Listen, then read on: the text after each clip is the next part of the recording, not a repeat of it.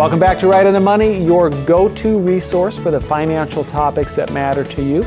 Now, if you're just joining us, we've been sitting here having an awesome conversation with Erik Bowman, founder of Bowman Financial Strategies, and we have been talking about the 5 mistakes people make when choosing a financial advisor, and heck, more importantly, we've been talking a little bit about how to avoid them. So, we don't avoid the advisors or avoid the mistakes. Avoid the mistakes. Avoid the mistakes. Meet the good advisors. Avoid the mistakes. But so we're always taught that it's things you don't talk about in at a party or when you're talking to people is religion, politics, a couple others. But one of them is not asking people how they get paid. Why is it so important when somebody's looking for an advisor? Why it's so important to understand how that advisor is getting paid? I think the primary reason it's important is so that you can understand potentially how their compensation may impact their recommendations, because the reality is it should not. I like to see a sense of like an agnostic approach, that when they're coming up with a retirement plan, the solutions are based purely on best interest. And if a client feels like an advisor is being guided by a compensation structure, that should be a tremendous red flag. Yeah, I would think so. If you go to a restaurant and you ask what's good and you find out that they're just, we got to move the fish because the fish has been here for a while, that's not a good thing. So tell us a little bit about, how do you get compensated? Yeah, there's 3 ways we're compensated. Number 1, if we create a retirement plan, we very often are going to charge a fee for that plan. There's a lot of time and effort and analysis and just education and background and experience to create a really panoramic plan.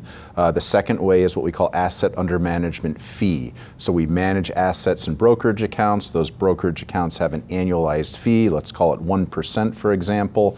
That fee is then paid out on a monthly basis, so 1/12 of the annualized fee. It's a little bit more complex than that, just from...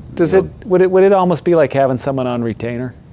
Does that make sense? Yeah, retainer is a little bit different. That goes to some folks that may join our firm who might not have enough assets to meet the minimum revenue requirement of our firm to provide them the full analysis that they deserve. So we would actually charge them an ongoing planning retainer fee. It's a fixed fee they pay every year to retain our services. So the asset under management fee is a fee based on the assets in the brokerage account.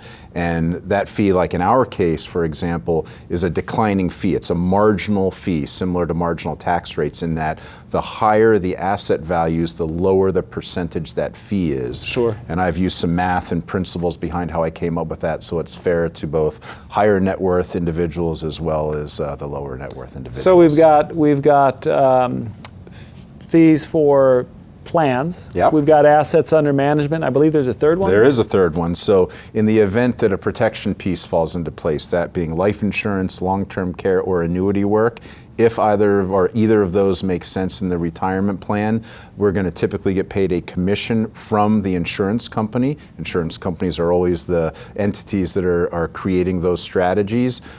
In all cases, the compensation, the commission that gets paid to our firm, is not taken out of the principal that was put into the strategy. So for example, if somebody puts $100,000 into a fixed index annuity, indeed, me and my firm get paid a commission from that, but the commission does not reduce their principal that goes into that strategy. Now, one thing we were talking about off camera, and you'd made the point that it's not, none of those are perfect, and none of them are neither good nor bad. It's totally situational. Yeah, pros and cons to everything. So we're always evaluating a lot of different variables for our clients. So when you look at every one of those, brokerage, annuity, life, long-term care, you're always evaluating liquidity. How easy can I access my money after I get into one of those strategies?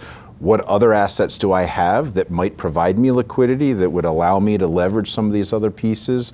We're also looking at fee structure in the instances that we can reduce or remove overall fees at the household level but still generate appropriate revenue. That's something that's important to the client. So there's a lot of other variables as well, but it's what is the mix of financial strategies and appropriate products then. I hate using that word, but they are ultimately something that that was manufactured by an insurance company, or you've got access to stocks and bonds, but what is the mix of those that provides the potential best outcome, matches the risk tolerance of the client, the liquidity needs of the client, and the long-term retirement planning goals of the client? This in listening to you, it just makes me think how important of a topic we are talking about. Right.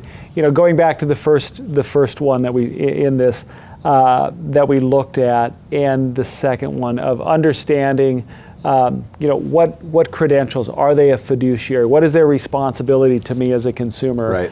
Right. Even down to, are we compatible when it comes to our world? I think worldview, but like our philosophy of investments, Sure. and how we're going to do this, where I want to end up. It really all ties together and is super important. Absolutely. So, okay, we've got one more that we're going to talk about. One more of the 5 mistakes that folks make when they're searching for an advisor. So we're going to come back, and that is, it involves vetting. So we'll talk about that after this break, Erik. Sounds good.